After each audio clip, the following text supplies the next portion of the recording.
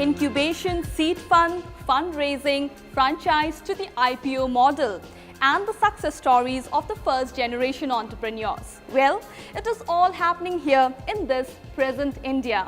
It seems like India is all set to be the business capital of the world. After all, entrepreneurship is the buzzword.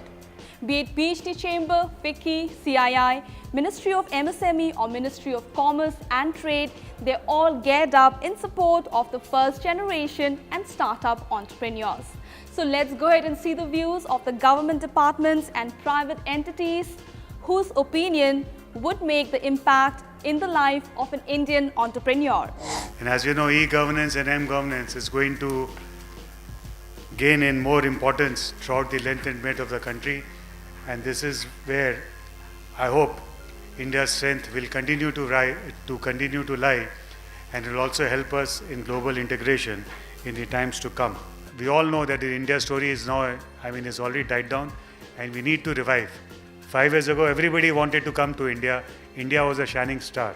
I don't know what has happened in the last 5 years. We have just lost it. India doesn't find a place in the top 20 countries today. Earlier, it was in the top 5 destinations. Why? I do not know. Philippines has overtaken us as a BPO destination. Other countries will also overtake us. Vietnam also has a good demographic ratio. So let us not rest on our laurels. You have to compete in today's world, and we're living in a globalized world. So this is an area where we have to do research, and India has had a good start because there was no government interference. So I'm also sure and also hope that the people sitting on the dais will come up with solutions which do not require too much interaction with the government, and we can do it through our own entrepreneurial spirit. Here also IT can be a big boom for all of us, provided we know how to use it properly. You can also have IT in your cars for security, for surveillance. So there's no end to it. And I'm sure my colleagues will add greater value to this debate, and PhD will take it forward. And if you need any changes from the government, we'll also push it forward with the government, both at the center level and the state level. India has made substantial progress in the delivery of services under the e-government's initiative. The public at large and the industry is not well aware of the numerous initiatives taken by the government, achievements made so far, and the future plans.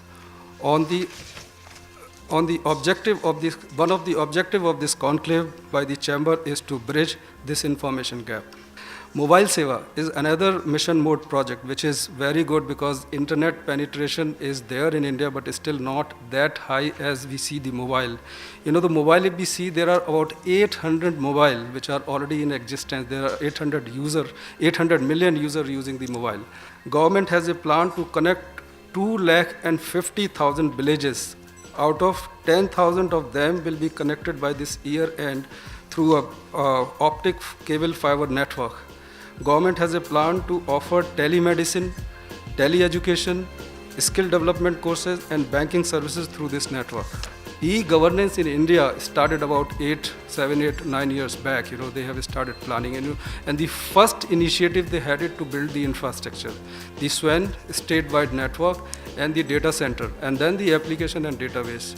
So now this is the second big change, which is going to come in the e-governance, where they are going to augment the entire infrastructure they have, and they are going to virtualize and use the infrastructure in the optimal way. So when you think payments in a developed country, you want to reduce the transaction time to 6 seconds, because that's the time value of money.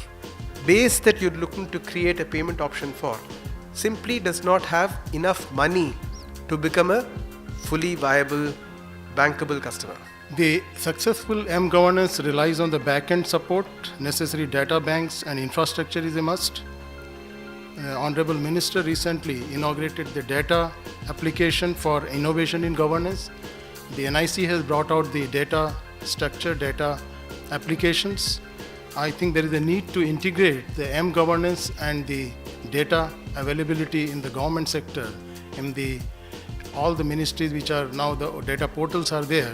Today, our people need the contents either in their own language, the vernacular languages, or the content which they actually are looking for at a particular time.